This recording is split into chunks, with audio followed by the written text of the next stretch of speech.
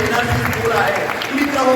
या स्कूलमध्ये म्हणजे एक मंदिर आहे आणि या मंदिरामध्ये त्या ठिकाणी देव नाही पण देवापेक्षा कमी नाही असे गुरुजन वर्ग आहे. म्हणून लक्षात ठेवा मित्र हो, ज्या आई बाबाने तुम्हाला जन्म दिलेला आहे त्या आई बाबा म्हणजे तुमच्यासाठी देव आहे आणि दुसरे देव म्हणजे आपले गुरु आहेत.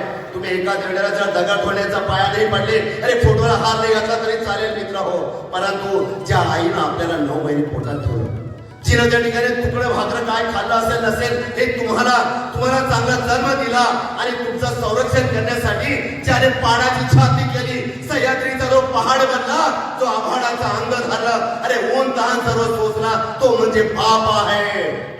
परंतु आम्ही बापालाच विसरलो आणि त्या आईलाच विसरलो. अरे काय आमची पिढी आणि म्हणतो आज आम्ही त्याने कोरोनामध्ये पोरांनी वेळ करून टाकलं. हो मोबाईल चुकीचा आहे, सर्व चुकीचं आहे. आम्ही काय म्हटलं, पोरग मोबाईलनं बिघडलं. हो कसलं बिघडलं, जेवताना तो तोंडातच घास खातो ना, कानात नाकात कुठे जात नाही. तो जरी मोबाईल पाहत असेल तरी देखील त्याचा हात त्या मुखामध्ये जात असतो.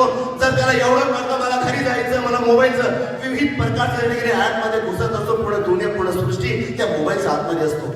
त्याला एवढं जर कळतं तर आपल्या वडिलांशी, समाजाशी, शिक्षकांशी कसं वागावं हे का कळत नाही. हे राष्ट्र माझं आहे, हे राज्य माझं आहे, ही माती माझी आहे, इथं जमलेले सर्व तमाम हे माझे नाते बांधव आहेत.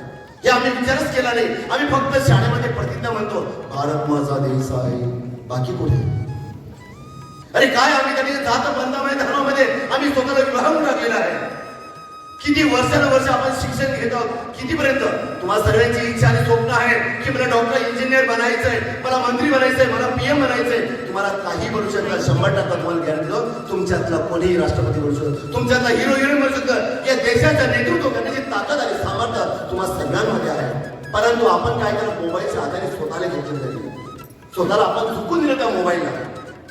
परंतु आपण विचार केला, आपल्या संत महात्माने त्या ठिकाणी आपला इतिहास घडवला, त्यांनी लिहिलं आपल्यासाठी.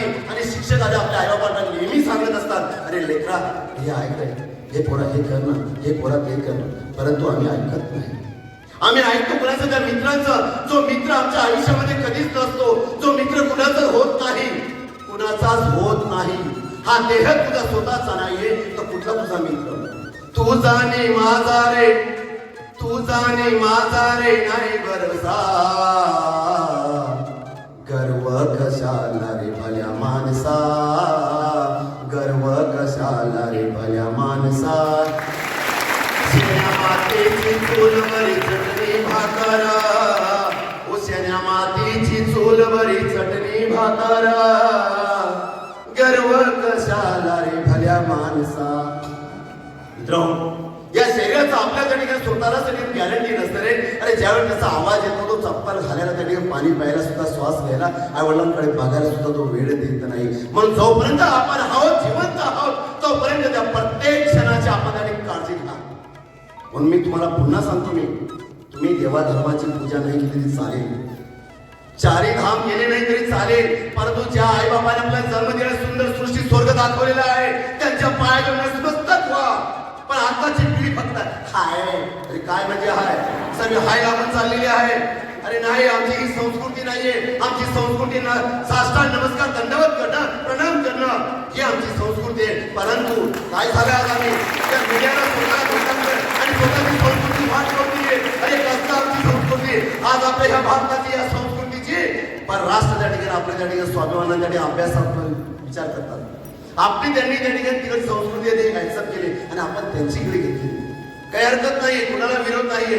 परंतु लक्षात घ्या मित्र, जेव्हापासून आमचा साष्टांग नमस्कार बंद झाला तेव्हापासून आमच्या पाठीचे कानाचा आया करायला लागलो.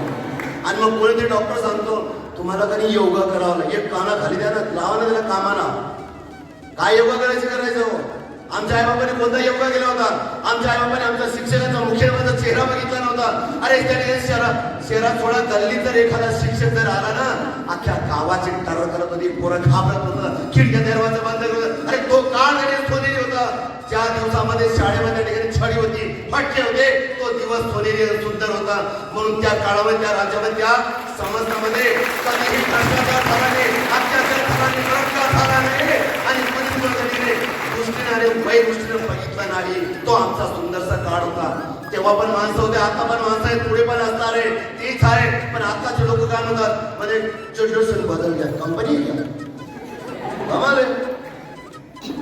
सर्व तेच आहे, देव तेच आहे. अरे मानलं तर देव आपल्या मनात आहे, तुमच्या कणात आहे सगळीकडे, पण आपण मानतच नाही.